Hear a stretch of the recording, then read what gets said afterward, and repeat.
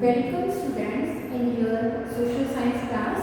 In the last class we discussed our chapter History, Nationalism in India, the first part of this chapter in which we discussed what were the impact of the First World War, how did First World War were helpful in arousing nationalism in India, then idea of Satyagraha given by Mahatma Gandhi, then Rowlatt Act, Jallianwala Bagh incident of 13th April 1919, Khilafat movement, and then non-cooperation movement. The idea of non-cooperation was given by Mahatma Gandhi, in which he passed a resolution with Congress leaders, in which the Congress leader decided to boycott the British goods and tried to pass a resolution not to cooperate with the British in any sense. So this movement was started in January 1921. January 1921. What were the different stands within the movement? How did people started to give their yes to this movement? As the movement started, after that thousands of workers, thousands of students especially, they left government controlled schools and colleges, headmasters and teachers resigned, and the lawyers gave up their legal practices. And all the places, the elections were boycotted except one party which denied to boycott the election, that was Justice Party. तो सब जगहों पे students जो थे उन्होंने school में जाना बंद कर दिया, लॉयर्स जो थे उन्होंने कोर्ट में जाना बंद कर दिया, टीचर्स जो थे उन्होंने रिज़ाइन दे दिया, और इकोनॉमिक फ्रंट पे भी जो नॉन कोऑपरेशन था उसका क्या रिएक्शन हुआ? People boycott the foreign goods. जैसे ही फॉरेन गुड्स का बायकॉट किया, the import fall from 1920 to 1921 to 22.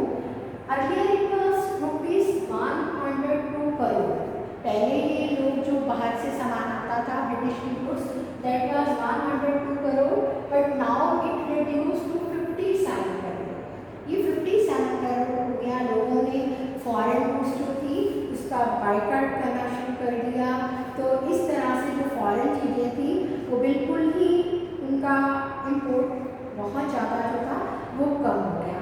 But इसके साथ और रिएक्शन क्या हुआ कि इस मूवमेंट की कुछ शॉर्ट कमिंग भी थी.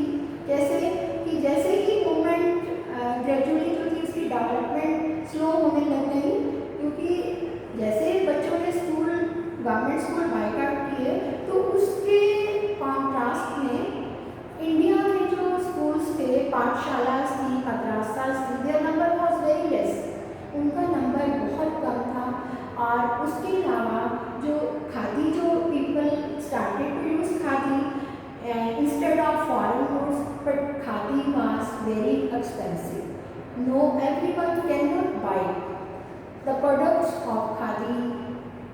तो आफ्टर दैट क्या हुआ कि अब जब स्कूल्स, इंडियन स्कूल्स जो थे, इंडियन मद्रासास, इंडियन पाठशाला were not open so much, so after that again student began to come in the British goods. और क्योंकि फॉरेन गुड्स जो थी, British goods, that was not too much expensive, उतनी expensive नहीं थी जितनी की खादी थी.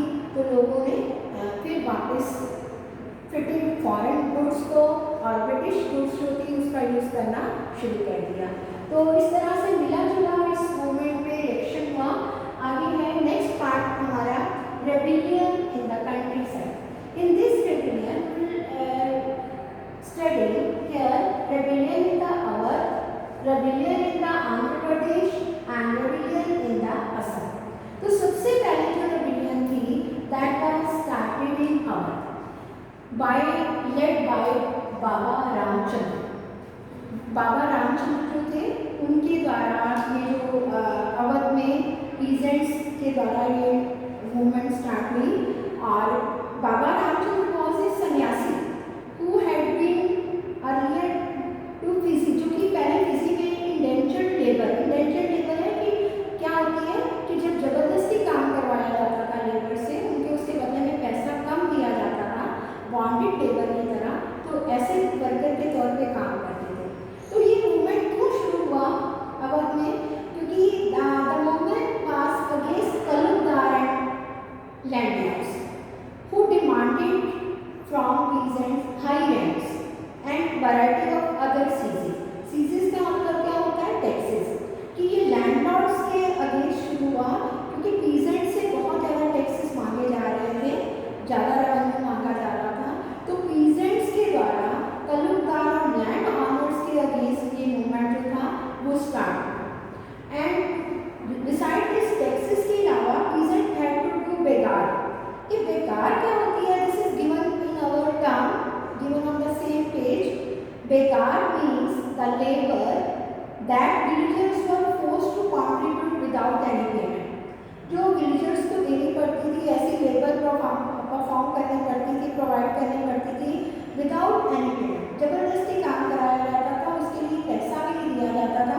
तो पीजेंट्स को टैक्सेस भी देने पड़ते थे, इसके साथ साथ उनसे बेगार भी ली जाती थी। तो इसी के अगेंस्ट, लैंडलॉर्ड्स के अगेंस्ट ही ये मूवमेंट अवध में बाबा रामचंद्र ने शुरू किया। और तो ये पीजेंट्स की क्या डिमांड थी कि रेवेन्यू की रिडक्शन होनी चाहिए, abolition of begar and social boycott of oppressive land. उसके बाद 1920 में जवाहरलाल नेहरू और बाबा रामचंद्र कुछ और ने जो थे वो they had gone to many villages और एक सभा बनाई गई जिसका नाम था अवध किसान सभा। पंडित जवाहरलाल नेहरू कई लीडर जो थे वो अवध के कई विलेजेस में घूमे 1920 में और एक सभा बनाई गई किसानों की जिसका नाम था अवध किसान सभा। This was set up by Jawaharlal Nehru, Baba Ramchandra and few others. कुछ ही मंथ में इसकी 300 ब्रांचेस हो गई थी और धीरे धीरे मूवमेंट जो था वो सेपरेट होता गया। जैसे ही मूवमेंट सेपरेट हुआ तो जितने भी पीजेंट्स थे उन्होंने बाजार जो थे वो दैट वर लूटेड एंड तलुकदार्स और पीजेंट्स के जो हाउसेस थे उनको उनके ऊपर अटैक किया गया और ग्रेन्स जो थे, grain hoards were taken up. तो इन दिस वे हम कह सकते हैं कि ये जो मूवमेंट था उस टाइम पे जो कि अवध में चला, बाबा रामचंद्र ने शुरू किया and for the welfare of the peasant it was started during non cooperation movement. जब नॉन कोऑपरेशन मूवमेंट चल रहा था तभी ये जो मूवमेंट था वो शुरू चला। तो Gandhi ji had declared that no taxes were to be paid और जो name of Gandhi ji was being involve to sanction all action and aspiration. तो गांधी जी का नाम जो था हर एक्शन और एस्पिरेशन के लिए लिया गया। तो इस तरह से हम कहेंगे कि this was the movement rebellion started in Awadh. जो अगली रेबेलियन थी that was started in Andhra Pradesh and this was led by Alluri Sitarama Raju. तो क्या प्रॉब्लम थी उस टाइम पे? As the government, colonial government passed the forest act। आप बच्चों को पता है, you read the forest act in your 9th class also, in which the villagers cannot enter in the forest area, especially in the reserved forest। reserved forest में वो enter नहीं कर सकते थे, प्रोटेक्टेड फॉरेस्ट में एंटर नहीं कर सकते थे। They can't take their goods for their needs, जो भी उनको चाहिए होता था, लाइक महुआ ट्री से जो ऑयल लेते थे और ट्रीज से जो वुड वो कलेक्ट करते थे और डिफरेंट वेजिटेबल्स और फ्रूट्स ऑल वर बैंड। तो जैसे ही ब्रिटिश ने फॉरेस्ट एक्ट पास कर दिया the after that villagers can not enter in the restricted areas और प्रोटेक्टेड और विलेज फॉरेस्ट। तो against this movement was started in the Andhra Pradesh. तो ये आंध्र प्रदेश में ये जो मूवमेंट था इससे जो हिल पीपल थे दे वर enraged, बहुत ज़्यादा नाराज हो गए थे। तो आफ्टर दैट पर्सन्स जो थे, जो सामने आया इन लोगों की हेल्प करने के लिए, जो कि जितने भी फॉरेस्ट ड्वेलर्स थे उनकी हेल्प करने के लिए one person came in front. The name of this was Alluri Sitaram Raju. और Alluri Sitaram Raju claimed that he had a variety of special power. उसने ये क्लेम किया कि उसके पास बहुत सारी स्पेशल पावर हैं. He could make astrological prediction. Astrology की होती है भविष्यवाणी. ऐसी प्रेडिक्शन को कर सकता है और हील कर सकता है लोगों को. और आफ्टर और जो इतने ज़्यादा people were so much impressed by the personality of Raju कि he became the hero, folk hero. Folk hero का होता है कि उस प्लेस का जो विलेजेस थे और आंध्र प्रदेश के, उनका वो फोक हीरो हो गया. But he was very much impressed by Gandhi ji. ये जो अलोरी सीताराम राजू जो थे, he was very much impressed by Gandhiji. He wanted to practice the principle of Mahatma Gandhi, like to give more powers to village panchayat. There should be prohibition of drinking और small scale industry should be started. जो गांधी जी ने अपने views दिए उनका वो बहुत favour कर रहा था. तो जैसे ही महात्मा गांधी ने अपना नॉन कोऑपरेशन मूवमेंट स्टार्ट किया तो अलोरी सीताराम राजू ने आंध्र प्रदेश में लोगों को विल पीपल को लीड किया. और आफ्टर दैट ही वांटेड कि people should use khadi, they should give up drinking. और उसके साथ साथ और लोगों को नॉन वायलेंस जो है मेथड अडॉप्ट करना चाहिए. लेकिन जितने भी गोडैम रेबल्स थे, गोडैम एरिया में आंध्रा के जो रेबल्स थे, they attack the police station, attempt to kill British officers. British officers को मारने की उन्होंने कोशिश की. और आफ्टर दैट जो गुरिल्ला वारफेयर थी उसको भी कैरी आउट किया अपने स्वराज जैसे एम को अचीव करने के लिए. स्वराज क्या होता है? Self rule. गुरिल्ला वारफेयर क्या होती है कि जब हिल एरियाज में पीछे से हिल्स के पीछे छिपके अटैक किया जाता था तो इसको गुरिल्ला वारफेयर कहते थे. तो उन्होंने वो चाहते थे कि गुरिल्ला वारफेयर जो है वो की जाए और अगेंस्ट ब्रिटिश. तो बट लेटर ऑन जो राजू था that was captured and executed. Raju को 1924 में एग्जीक्यूट कर दिया गया, कैप्चर किया गया, एग्जीक्यूट किया गया. But he become a folk hero of the Andhra Pradesh. तो इस तरह से वो आंध्रा का एक इम्पॉर्टेंट हीरो, फोक मतलब उस लोक नायक बन गया.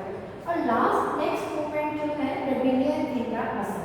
अगला मूवमेंट जो था वो जब नॉन कोऑपरेशन चल रहा था तो that was rebellion Assam. Assam की रेबिलियन की बात करेंगे. देखिए जो वर्कर्स थे they were working in plantation. जो वर्कर्स प्लांटेशन में काम कर रहे थे और प्लांटेशन में जब वो काम कर रहे थे तो they can't go outside from the plantation area. वो प्लांटेशन एरिया से बाहर नहीं जा सकते थे. उनको एक उसी प्लांटेशन एरिया में ही काम करना होता था. If they want to go outside from that plantation area they have to take permission of the plantation owners. तो उनको प्लांटेशन ऑनर की परमिशन लेनी पड़ती थी. तो इस लेकिन अब क्योंकि गवर्नमेंट ने एक एक्ट पास कर दिया था inland migration act. Inland migration act of 1859. Inland Migration Act of 1859 was passed. According to this act, no worker, those who were working in the plantation, they can't go outside without the permission of the plantation owners. But जैसे ही महात्मा गांधी ने अपना non cooperation movement declare किया तो they came outside from the plantation area. वो plantation area से बाहर आ गए और they had declared swaraj had come कि स्वराज जो है वो आ चुका है. और बहुत सारों को रास्ते में ही कॉलोनियल अथॉरिटीज़ जो थे they arrested many such workers those who were working in the plantation. उनको पकड़ लिया गया. और in this way we can say that this was the another rebellion started in Assam. तो इस तरह से हम कहेंगे कि जो रेबिलियंस थी वो नॉन कोऑपरेशन मूवमेंट के दौरान 3 रेबिलियन स्टार्ट हुई. तो एंड कैसे हुआ नॉन कोऑपरेशन मूवमेंट का? Gandhi ji wanted this non cooperation movement should be a peaceful one. It should be based on non violence. But later on this was withdrawn in 1922। इसको विद्रोह कर दिया महात्मा गांधी ने 1922 में due to one incident in Chauri Chaura. चोरी चोरा case के एक इंसिडेंट की वजह से इसको ले लिया गया वापस, जिसमें कि 22 पुलिसमैन जो थे they were burned alive. 22 policeman burned alive in Chauri Chaura Uttar Pradesh, जो कि मुजफ्फरनगर में पड़ता है, जिसमें कि एक लोगों की भीड़ ने एक पुलिस स्टेशन को जला दिया।